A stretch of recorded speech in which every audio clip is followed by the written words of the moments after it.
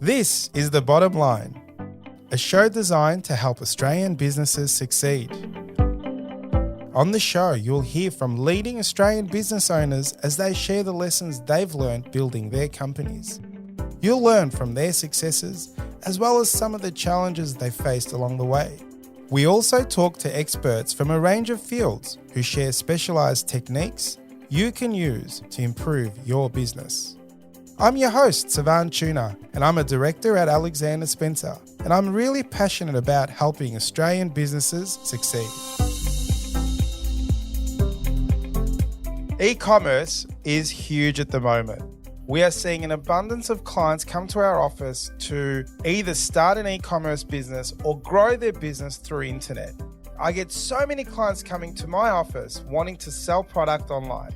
If you want to be on e-commerce, there is one man you need to listen to, and that is Clayton Bates, the founder of Inspire Small Business. Clayton's going to tell you everything you need to know about selling products online to take your business to the next level. Let's dive in. Clayton, thank you so much for joining me on The Bottom Line today. Thanks for having me. For those that don't know you, can you tell us a little bit about yourself, your background, and let's dive into who Clayton is.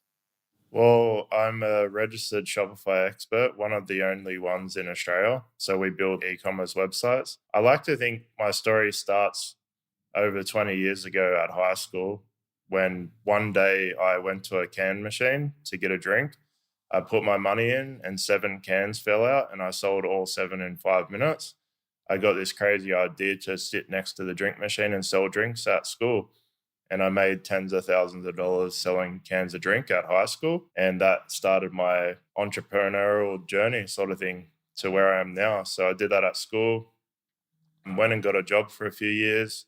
Then I started a business where I sold trading cards, like sports trading cards. I made hundreds of thousands of dollars selling cardboard, which a lot of people can't believe that. You know, some cards are worth thousands of dollars and stuff like that. I built a website for myself like 10 years ago. I had a decision where should I hire an agency to build a website or should I learn how to do it myself? And I didn't want to pay the thousands of dollars to do it. I thought I'll invest that money into stock. I learned how to build a website myself. What I've learned now, if I hired one of those agencies, I probably would have made $200,000 or $300,000 extra, but I wouldn't be where I am now. So basically in that business, when I learned how to build a website, I taught myself how to do basic code. And then just one day I felt a bit lost. I had a really good job. I had a business on the side selling trading cards and I didn't know what I wanted to do with my life. I sat down and was like, what do I like doing? And it kept coming back to, I like building the website for my other business. So I thought, let's quit my job, let's resign and then start a website building agency nearly 6 years ago.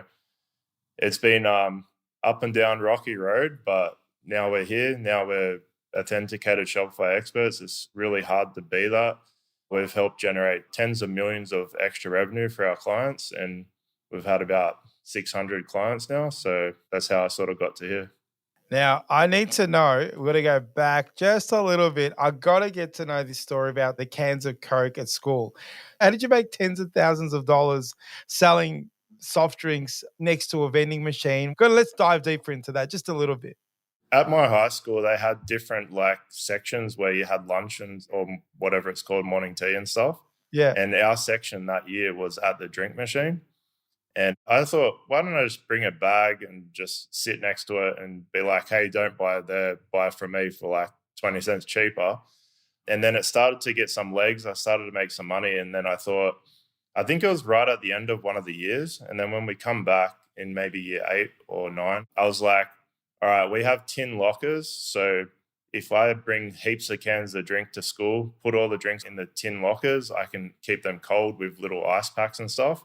So at the start of every year, I'd buy lockers off people. So I'd be like $10 for someone's locker and I'd make sure they're all on the bottom. So if they ever leaked, it wouldn't leak into anyone's books. Sometimes I'd have 3-4 lockers at the bottom of all the tin lockers, put some packs in there to keep it cold.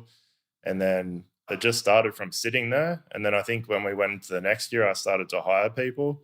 Um, you hired yeah, you hired your friends at school. Oh, this keep going. This is awesome. I paid them with drinks mainly.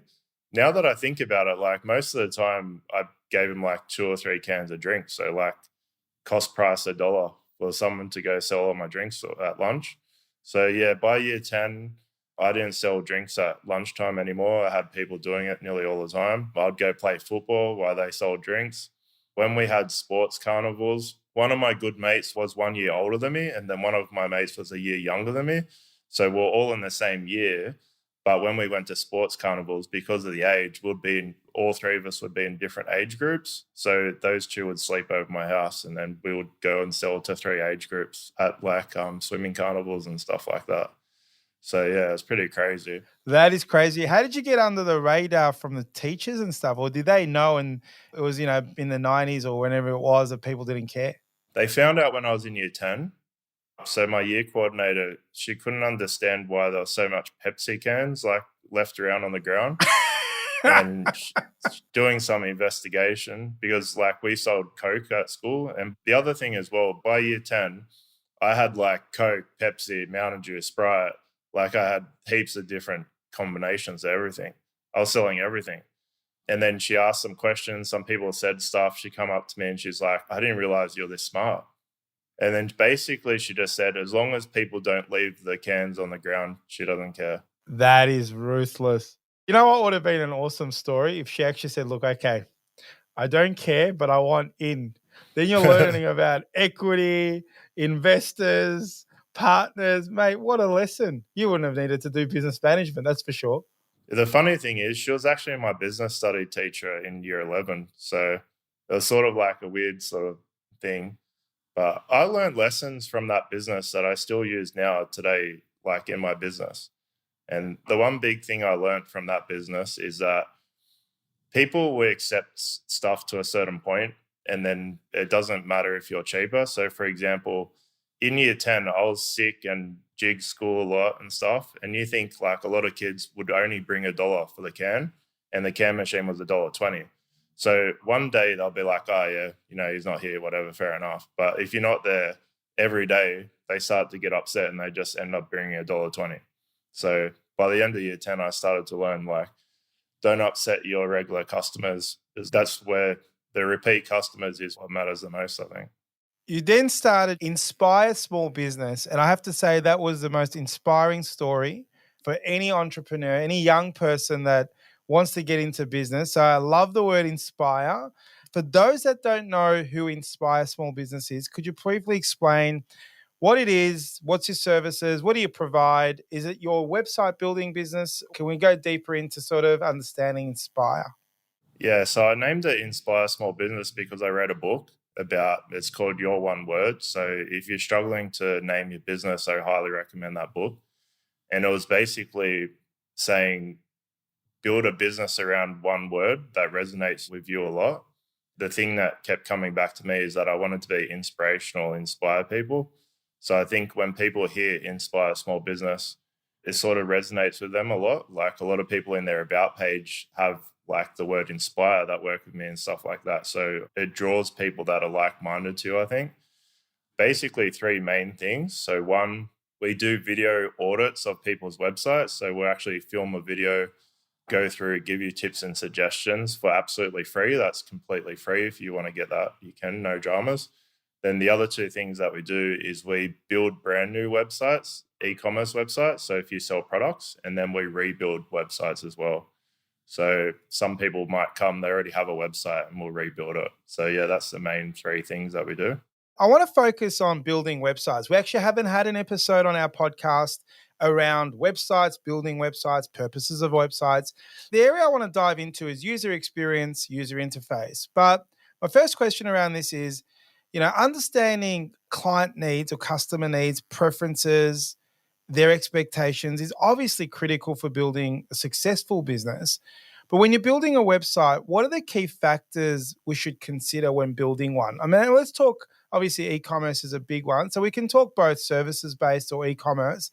But what are the key factors that businesses need to consider when building one? There's 5 main areas that you have to focus on. that make a really big difference on your website. So at a very base level, if you fix these 5 things, you'll convert higher, nearly guaranteed sort of thing.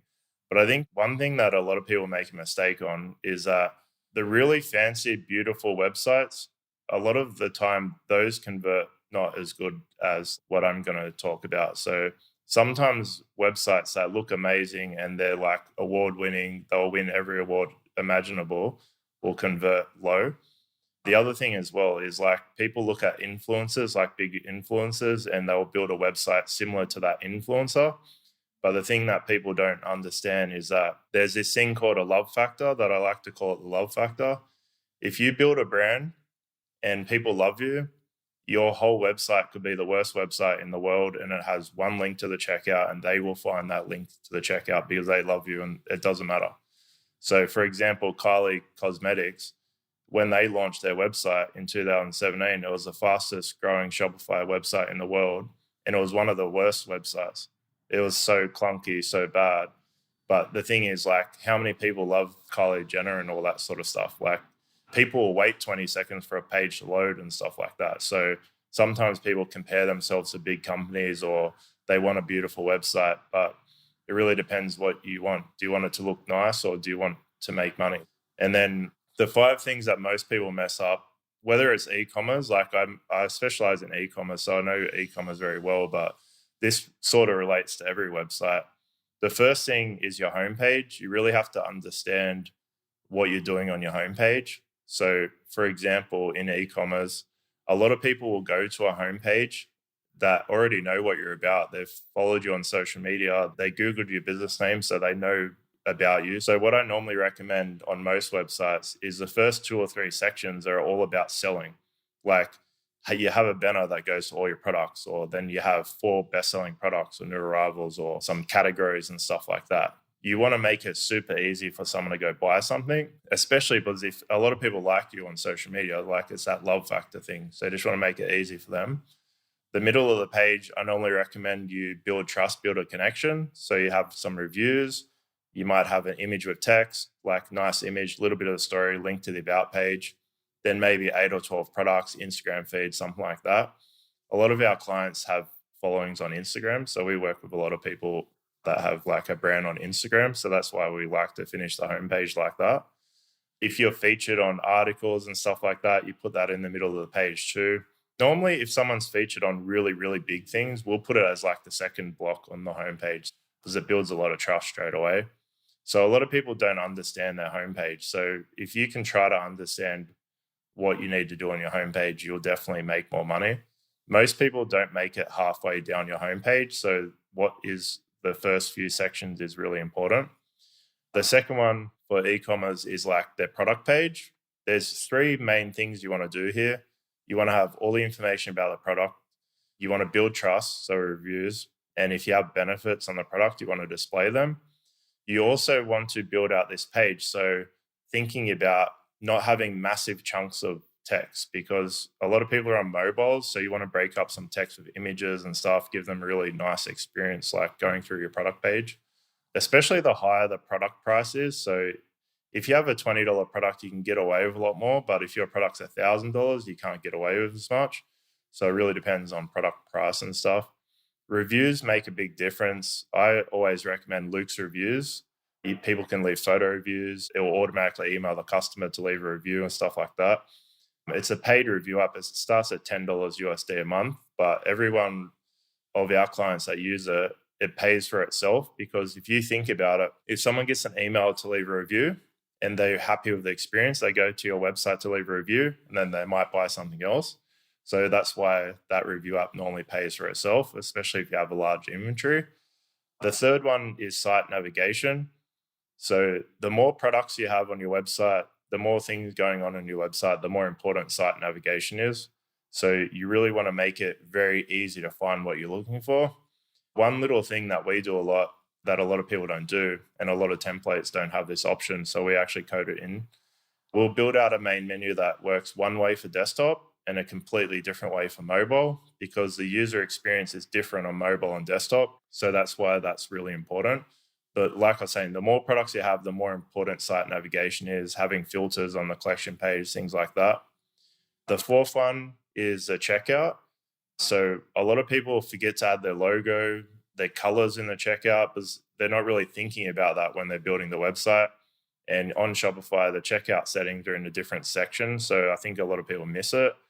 You don't want to have a disconnect when someone's about to put their credit card detail into your website. So if your website looks one way and they get to the checkout and it looks completely different, there's no logo, the colors are different, there's going to be a big disconnect. We actually had someone 5 years ago, I think, they had this amazing website and they're like, I don't know why I can't get any sales.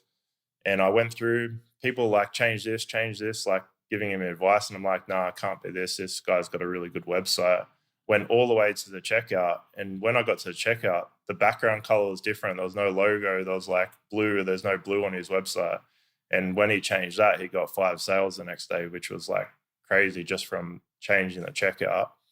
So yeah, a lot of people forget that. I would say when I do free audits, like 80% of people haven't got their logo in their checkout.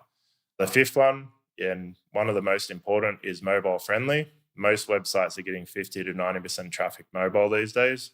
So if you're not optimizing your site for mobile, there's normally a big mistake. So you really need to make sure your website works very well on a mobile. Wow, what a tip. You've talked about making sure that the website's built to get great user experience. And you actually mentioned that you don't have to have a great website to get good conversion and whatnot. And the branding of the business is super critical to it.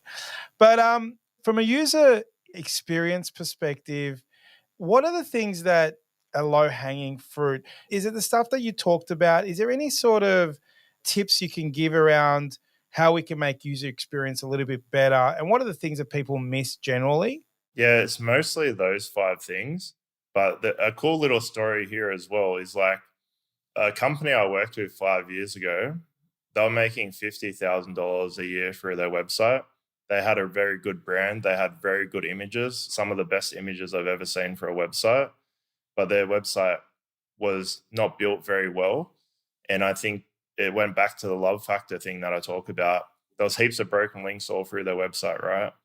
And a lot of people were finding the links to the checkout. So even though their website wasn't very good, they were still making some money, right? But when we rebuilt the website and did all those things, they went from 50,000 a year to 300,000 a year to $1 million a year to multi-million dollars a year. So this company is like a multi-million-dollar company now just because of there's only so much you can get away with, sort of thing. So you still need to follow a lot of those things that I said. You can still get sales with not the best website, but it's all these little 1%ers that add up over time. And then when you work with big companies, so for example, anyone making over $1 million a year, there's like 30 to 50 little 1%er things like that. They wouldn't matter on like a small website, but on over $1 million a year, these tiny, tiny little things make a massive, massive difference. Hundreds of thousands of dollars difference, millions of dollars difference. Even one of our clients, they're making £1 million a year. And when we rebuilt their website, they went to £3 million a year. So probably $1 million extra was like because of what we did on the website. So a lot of people don't realize like a lot of these little things, those 5 things that I said, they can impact your website massively. Now, this is a Shopify question. I've always wondered this because, correct me if I'm wrong, but I believe sort of some of the really large brands use Shopify. And there's 2 different types of Shopify. Shopify sort of the light, and then there's a real higher end Shopify. But the question is I was so shocked to hear, I think, is it Nike or Adidas or some of the larger big, American brands use Shopify to sell their products online. Is that true? Yeah, some massive brands use Shopify. I highly doubt they're not on Shopify Plus.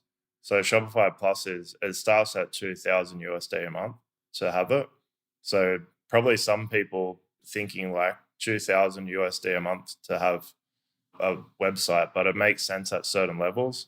So for example, JB Hi-Fi, they're on Shopify.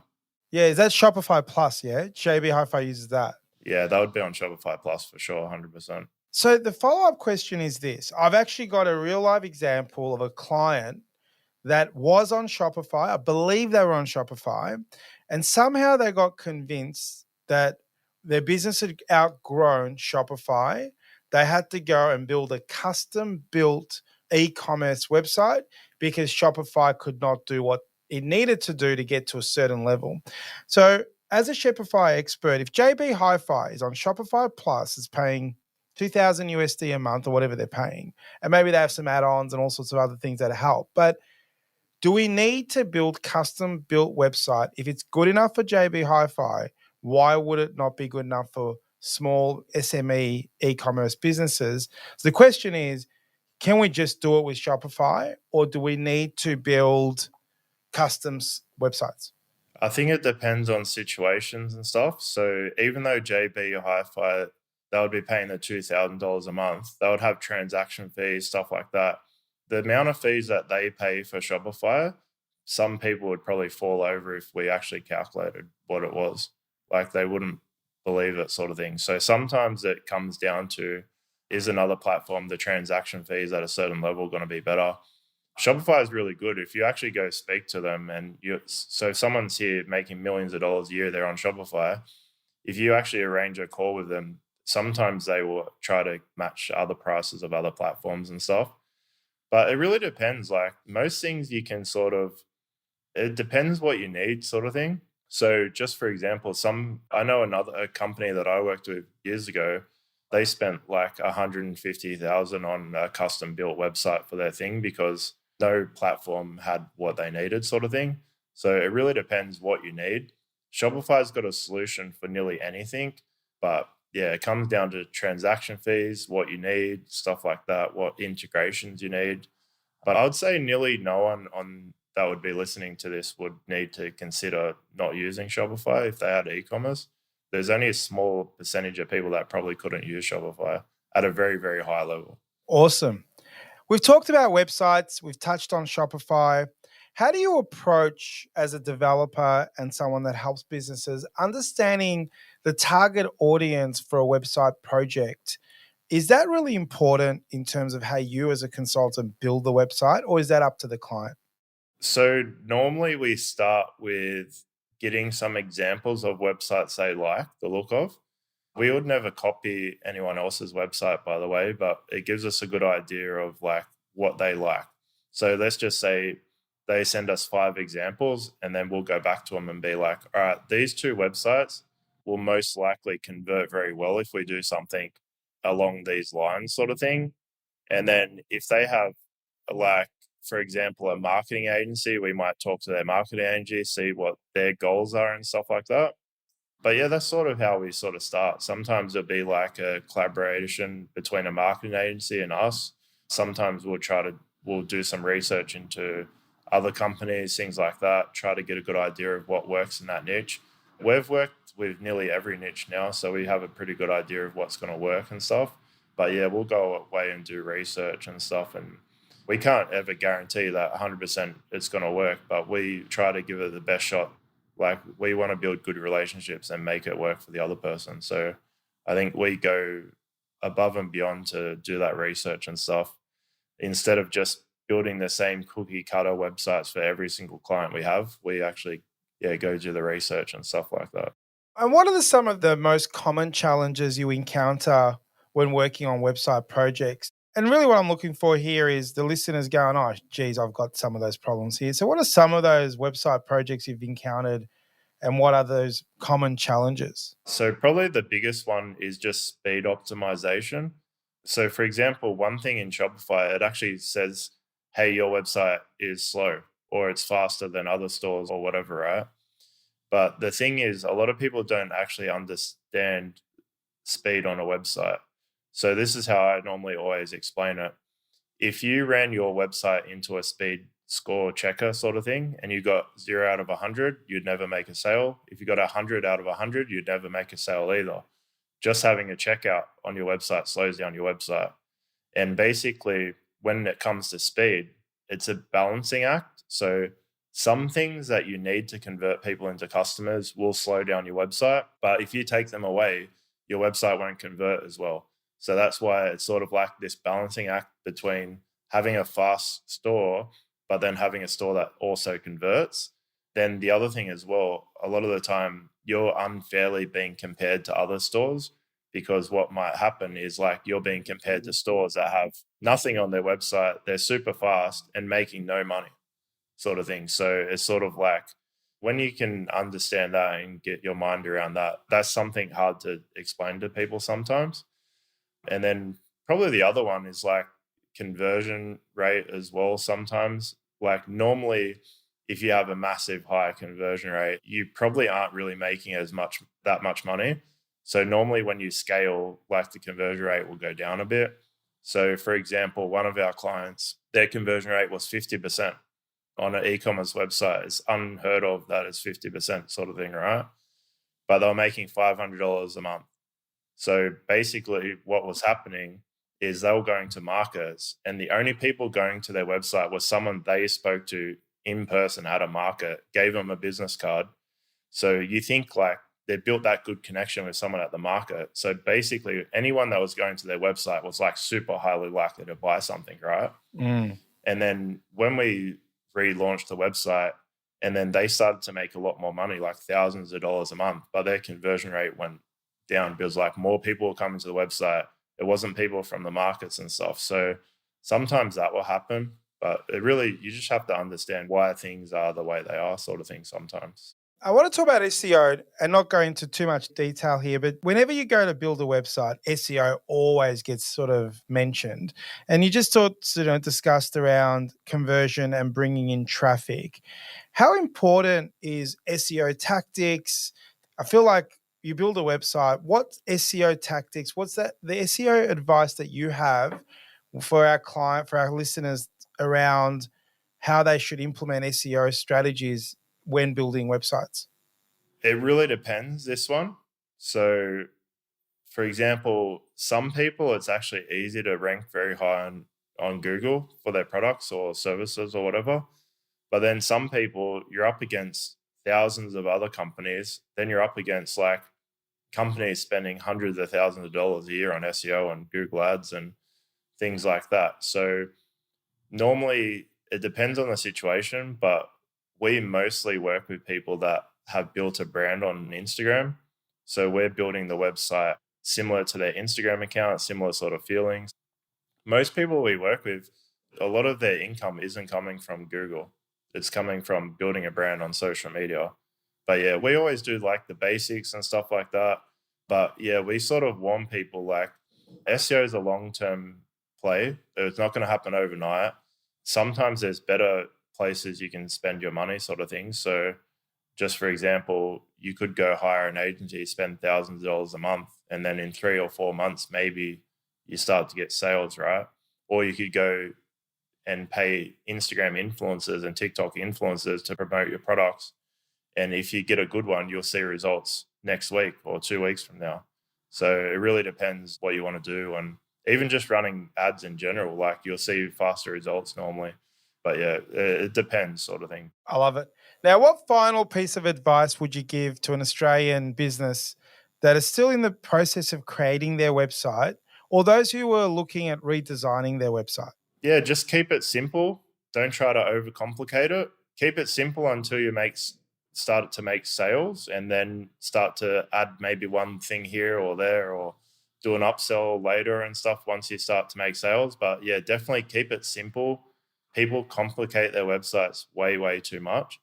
And then the other thing as well, some people get a bit stuck where they might have paid an agency 6 months or a year ago to build their website, and maybe they're getting good results, but there's probably a potential sometimes in some cases to get way better results. And I think some people hold on to that where I paid someone a year ago, this is meant to last 2 or 3 years, but sometimes you're in a situation where if you paid someone again, you would probably like 10x your business. So just keep an open mind to always be thinking about improving. You know, the world's changing so fast. Things that worked 5 years ago, 3 years ago, 2 years ago don't work now. So you always got to put your finger on the pulse, and just, even if you just check in with agencies and just see if they have any ideas or something that might work better for your website, just keep an open mind to it. Thank you so much, Clayton, for sharing your expertise with our listeners. I've enjoyed this chat. I don't have an e-commerce business, but I do have lots of clients that do. So I can't wait to share some of the tips that you've shared with us today and encourage them to listen to this episode. Thank you so much for your time today. No worries. Thanks for having me. Just one quick thing I always say to people, pretty much anything's possible when you put your mind to it. What are you going to put your mind to? Thanks again for having me. Amazing. This is The Bottom Line, a show designed to help Australian businesses succeed. This podcast was produced by accountancy firm Alexander Spencer. At Alexander Spencer, we've been helping business owners realise their goals since 1952. And we play a pivotal role in developing, implementing, and supervising the business goals and strategies of our clients. To find out how we can help your business succeed, head to our website, alexanderspencer.com.au. To make sure you don't miss an episode of The Bottom Line, be sure to subscribe to or follow the show in your podcast app. And while you're there, leave us a 5-star review. It really helps others find the show. I'm Savan Tuna, and we'll be back next episode with more tips to help you transform your business. And that's The Bottom Line.